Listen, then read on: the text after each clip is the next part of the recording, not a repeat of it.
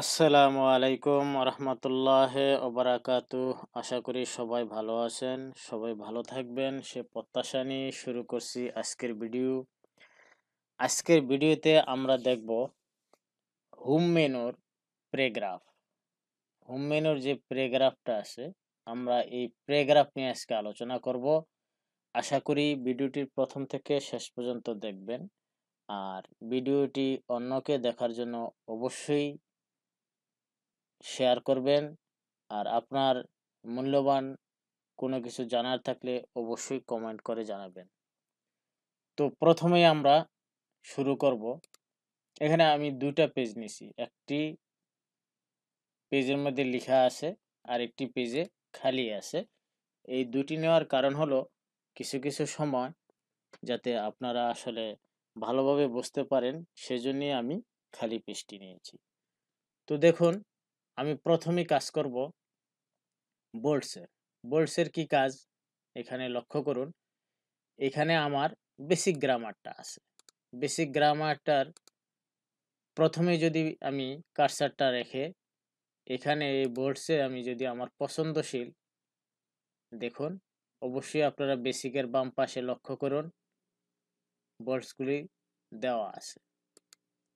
দেখুন বোর্ডসটা তৈরি হয়ে গেল। এখন যদি আমি খালি একটা পেজে নিচ্ছি, এখন আমি বোল্ডে যদি ক্লিক করি, ধরুন আমার এটাই পছন্দ হইল, সরি খালিতে আমার এই জায়গায় ধরুন এটাই আমার পছন্দ হইল। এখন আমি লিখলাম কিবোর্ড, ইন্টার দেওয়ার সাথে সাথে এটা চলে আসবে।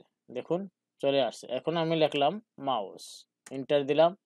এখন আমি লিখবো হেডফোন। দেখুন কত চমৎকারভাবে আপনি বোর্ডস ব্যবহার করতে পারবেন। এরপর আমরা দেখব যে, দেখুন আমি যদি এর পরেরটা দেখি, সেটা হলো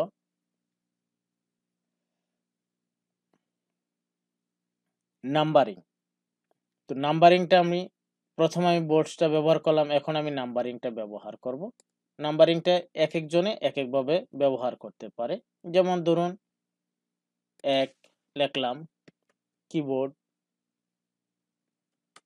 মাউস, দেখুন অটোমেটিকলি 1 2 3 এই নাম্বারিংটা চলে আসতেছে। আচ্ছা, এরপরে আমরা যেটা দেখব নাম্বারিং এর পরে, নাম্বারিং এ আরেকটা অপশন দেখুন, আমি যদি এটা ব্যবহার করি একের পরে, দেখুন একের পরে একটা টান আছে, ফার্স্ট ব্র্যাকেটের মতো একটা টান আছে। এখন যদি আমি কিবোর্ড, মাউস,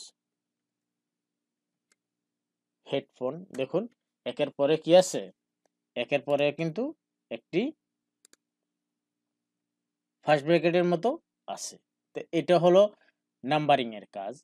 এরপরে নাম্বারিং এর যদি আমি আরেকটা রোমান পদ্ধতি দেখি, দেখুন এটা হলো রোমান পদ্ধতি, যে কিবোর্ড,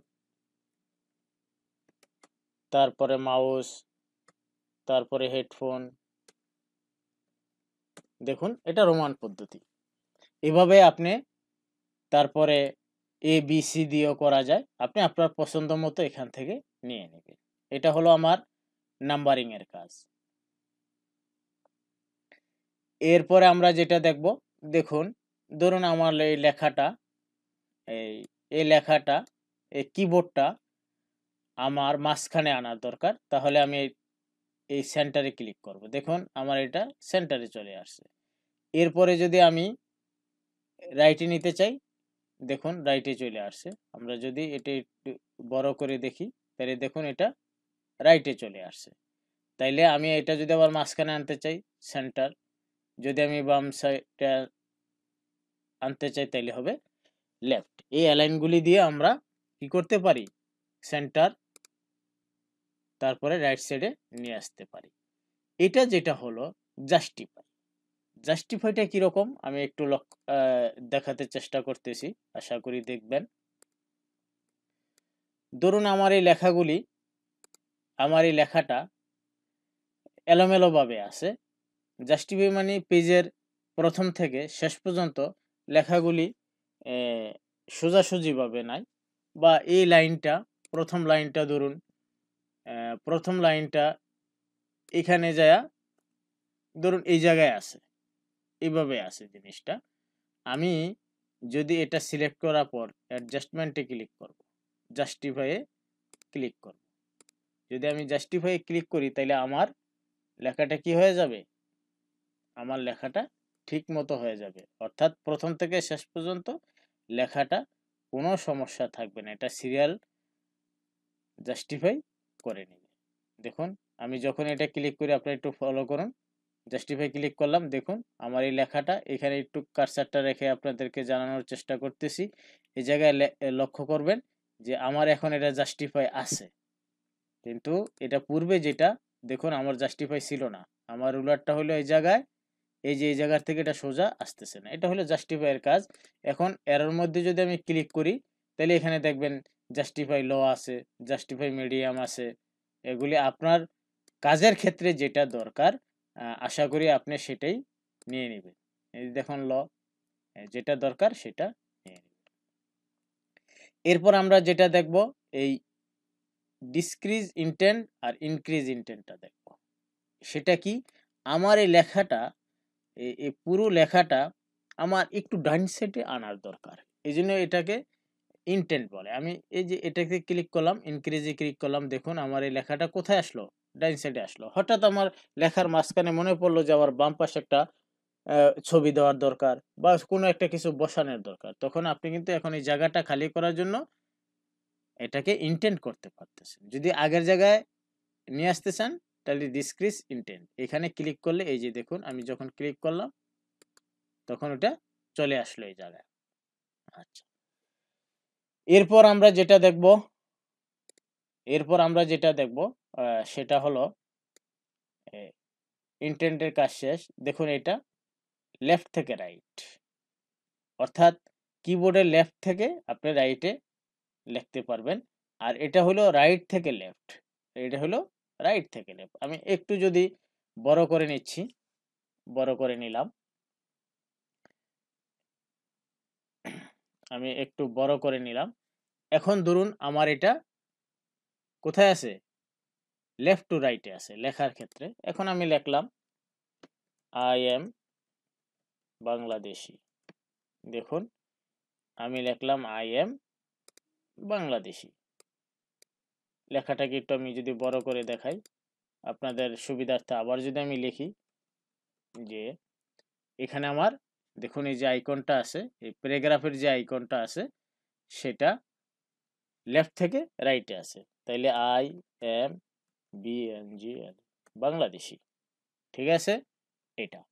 এখন আমি যদি এই রাইট টু লেফট লিখতে চাই, দেখুন আমি এটা ক্লিক করলাম, ক্লিক করার পর আমার কার্সারটা কোথায় চলে আসছে, রাইটে চলে আসছে। এখন আমি যদি লিখি আই এম, দেখুন এখন এটা রাইট থেকে লেফটে চলে আসছে, তাহলে প্যারাগ্রাফের এটা চলে গেল, এটাও আমরা শিখলাম।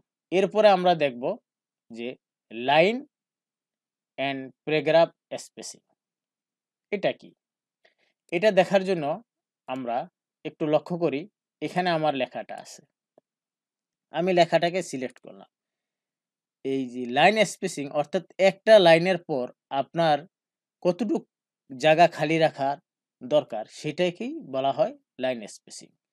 আমি সিলেক্ট করলাম, দুটি লাইন সিলেক্ট করলাম, এখানে আমি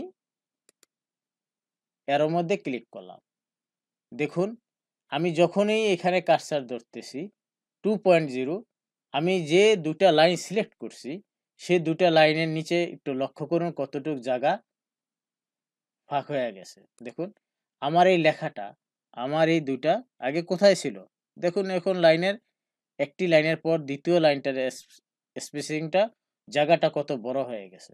তাহলে আপনার পছন্দশীল আপনি নিতে পারবেন, এটা সাধারণত 1.0 মধ্যেই থাকে।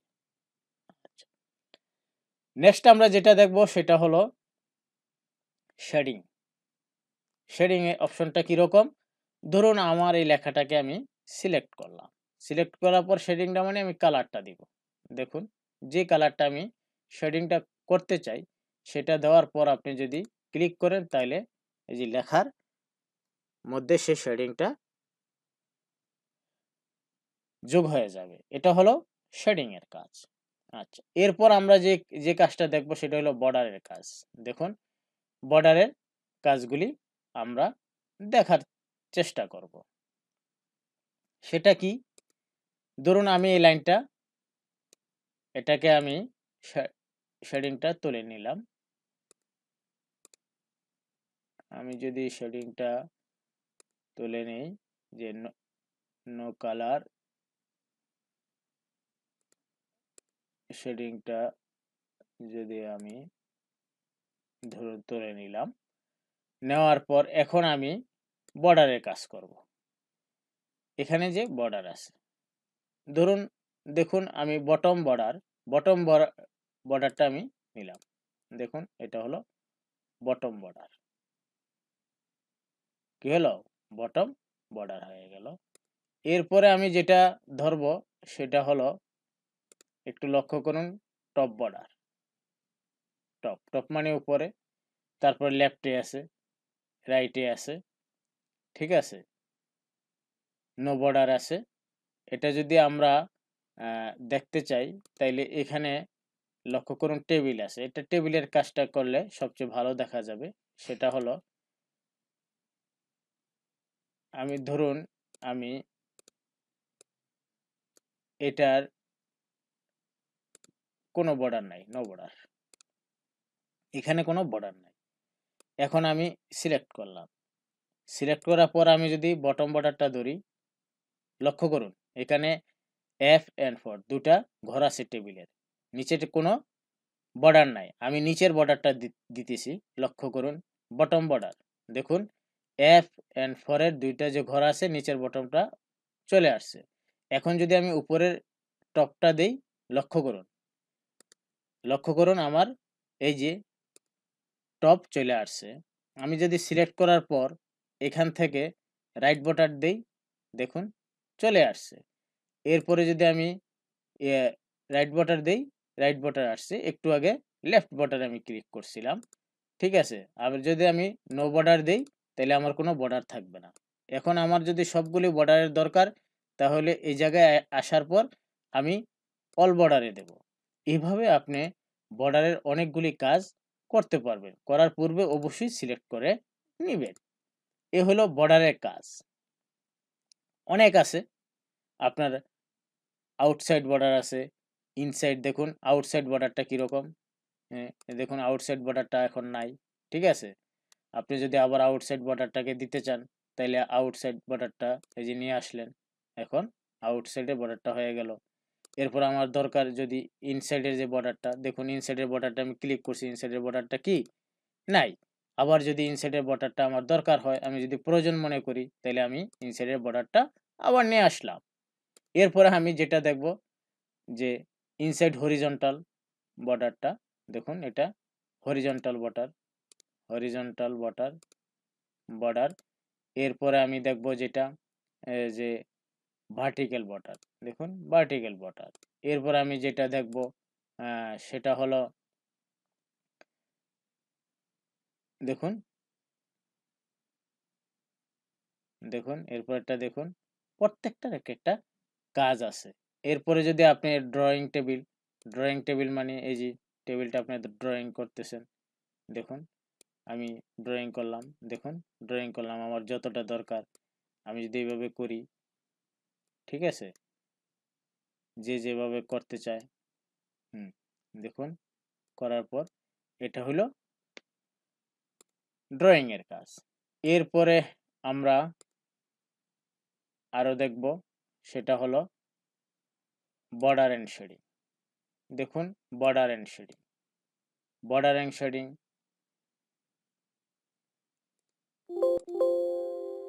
ধরুন আমি এটাকে সিলেক্ট করে নিলাম টেবিলটা। এখন আমি বর্ডার এন্ড শেডিং এর কাজ করব।